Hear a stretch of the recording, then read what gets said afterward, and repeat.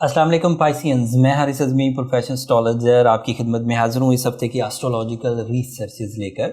ये वीक 15 मई से सोन 21 मई तक का 7 दिनों का एस्ट्रोलॉजिकल रिसर्च पर मबनी वीडियो है। इसमें 2 मेजर इवेंट्स हैं।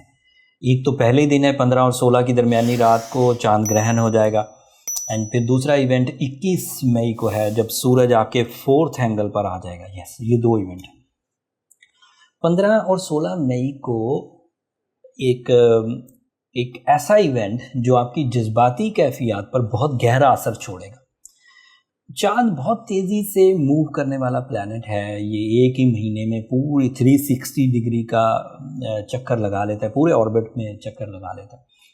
लेकिन जब ये स्कॉर्पियो एंगल पर आता है तो वहाँ पर इसकी अपीयरेंस कुछ नेगेटिविटीज़ प्रोड्यूस करती है, सेंसिटिविटीज़ प्रोड्यूस करती है, रिएक्शंस प्रोड्यूस करती है। रहता तो वहाँ 2.25 दिन के लिए ही है, लेकिन इस दफ़ा इसमें 3 मेजर चीज़ें हैं। एक तो पूरा चांद है, छोटा चांद जैसे पहली कुछ तारीखों का हो, वो अभी कंप्लीट नहीं हुआ होता, वो स्कॉर्पियो से गुजर जाए, उसकी भी नेगेटिव इम्पैक्ट्स आते हैं लेकिन थोड़े होते हैं। या 14वीं तारीखों के बाद, मतलब जब चांद घट रहा है उस वक्त स्कॉर्पियो एंगल से गुजर जाए तब भी थोड़े इम्पैक्ट्स आते तो फिर भी सेंसिटिविटीज़ तो पैदा करते हैं।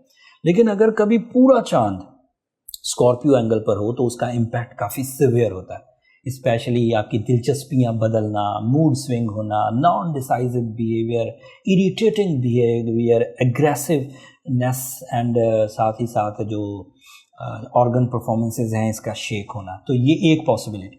अब उस एक तो ग्रहण, वो फुल मून स्कॉर्पियो एंगल पर, फिर उसी दिन उसको ग्रहण भी, और फिर वो तो सिवियर सिचुएशन इख्तियार कर जाएगा।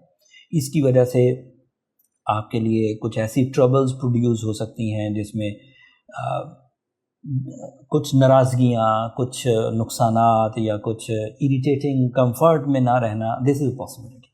तो यू हैव टू केयरफुल। अब ये सुबह पाकिस्तान में शुरू होगा कुछ टाइम पर, उस वक्त दिन होगा पाकिस्तान में 6:35 पर, सुबह 11 बजे तक चलेगा। इसकी एक डिटेल वीडियो मैंने बना दी है, अलग उसे देख लीजिएगा। इस वीडियो को मैं अगर वो सारी तफसील बयान करूँगा तो लंबा चलेगा, किन इलाकों में होना है, किधर के लोगों को नमाज़ पढ़नी चाहिए, कौन से लोग इस नमाज से मुस्तस्ना है, वो सब मैंने डिटेल बता दी। तो उसका नीचे लिंक मैं डिस्क्रिप्शन दे दूंगा, तो ध्यान करिएगा। लेकिन इसको ओवरकम करने के लिए 16, 17, 18 तारीख को सुर्ख रंग की चीज़ें खैरात करना, as a Piscean blue sapphire पहनना एंड सूर्य शम्स पढ़ना, ये ज़रूरी है। इसे आप इग्नोर नहीं कर पाएंगे। ये तारीखें आप खुद भी महसूस करेंगे कि कुछ इम्पैक्ट्स इसके आए हैं। जो दूसरा इवेंट है वो सूरज की शक्ल में है। सूरज आपके 4th एंगल पर आएगा। सूरज वैसे किसी भी एंगल पर एक साल में एक ही दफ़ा आता है, लेकिन जिन 4 पॉइंट्स पर वो बहुत गहरा असर छोड़ता है वो 4th एंगल भी उनमें से एक है। 21 मई को जब ये 4th एंगल पर आएगा तो इसके कुछ ज़ाती एडवांटेजेस हैं और कुछ कंबाइन एडवांटेजेस हैं। ज़ाती एडवांटेजेस ये हैं कि 4th एंगल पर ये आपको ऐसा कॉन्फिडेंस देगा जिसकी वजह से आप महंगी चीज़ें ख़रीद सकेंगे, जिसकी वजह से आप अपनी ख्वाहिशात को या अपनी ज़िंदगी में सुख लाने के लिए भी गैजेट्स या महंगी या खूबसूरत चीज़ें खरीदेंगे, जैसे बड़ा घर, जैसे गाड़ी, जैसे कपड़े, जैसे मतलब जो लग्जूरियस चीज़ें। एंड साथ ही साथ इसकी वजह से आपके अंदर डिज़ायर लेवल इंक्रीज़ कर जाएगा, लाइफ स्टाइल को अपग्रेड करने का, मशहूर होने का, लोगों के लिए अट्रैक्टिव होने का, लोगों के लिए डिस्कसिंग पॉइंट पर आने के लिए, ये आपके अंदर इस तरह की ग्रोथ लाएगा। फिर इसका एक और एडवांटेज भी आपको मिलेगा। 4th एंगल जेमिनी एंगल है और जेमिनी इसका रूलिंग प्लैनेट मरकरी उसी 4th एंगल पर मौजूद है, लेकिन रेट्रोग्रेड है। उसकी रेट्रोग्रेशन की वजह से आपकी कंसंट्रेशन शेक हुई थी, आपकी एजुकेशनल एक्टिविटीज़ थोड़ी प्रॉब्लमेटिक थी, आपके सोचने के अंदाज में मनफीपन आ चुका था। अब वो 3 जून तक चलना था, लेकिन 21 मई को सूरज की अपीयरेंस से वो जो रेट्रोग्रेशन इम्पैक्ट्स हैं, नेगेटिव इम्पैक्ट्स, अगर आपको उसका असर हुआ है तब भी, अगर आपको उसका असर नहीं हुआ तब भी, वो रिपेयर हो जाएंगे। कुछ को तो बहुत सिवियर असर होता है, उनकी तो ये हालात होते हैं कि वो डिसीजन नहीं ले पाते, प्लान नहीं कर पाते, अपनी हिम्मत नहीं जुटा पाते और अपनी जो अंदर के आइडियाज़ हैं वो एक्सप्लेन नहीं कर पाते, उनका पब्लिक इमेज डाउन होने लगता है। लेकिन चाहे वो इतनी सिवियर सिचुएशन में हो या सिर्फ उनके मूड स्विंग हो रहे थे, छोटी सी प्रॉब्लम थी, तो सूरज की अपीयरेंस से ये दोनों ही चीज़ें सेटल डाउन हो जाएंगी, तो आपको परेशान होने की ज़रूरत नहीं। एंड अदरवाइज आपके लिए जुपिटर की पोजीशन सेकंड एंगल की इंतहाई पॉजिटिव है। You are lucky in material side specially, तो जॉब की कोशिशें करना, अप्लाई करना, इन्वेस्टमेंट्स करना, ट्रैवल करना, अपने लकी फैक्टर्स को आजमाने की कोशिश करना, ये सब भी आपके लिए ऑन है।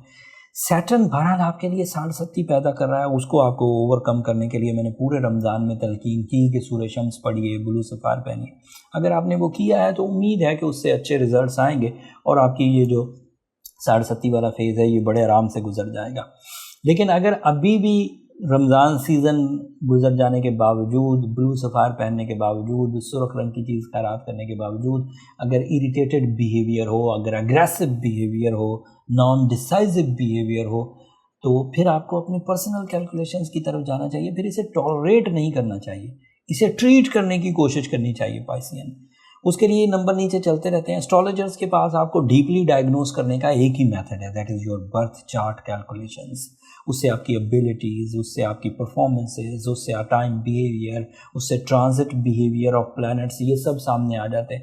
फिर उन्हें कैसे डील किया जा सकता है, कैसे रिकवर किया जा सकता है, ये भी चीज़ें पता लग जाएंगी।